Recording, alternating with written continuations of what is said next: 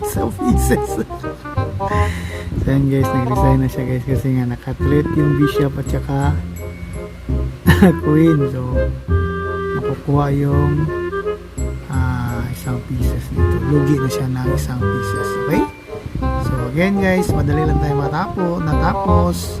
So bago tayo magtapos, gusto ko muna magpasalamat sa lahat ng mga napadpad sa ating channel at sa mga nag-subscribe at sa mga hindi pa nakapag-subscribe sa ating channel, baka naman dyan, don't forget to click subscribe and notification bell button, yung all, para palagi kayong updated sa mga bagong videos at live stream. Okay, again guys, this is Kayandax TV.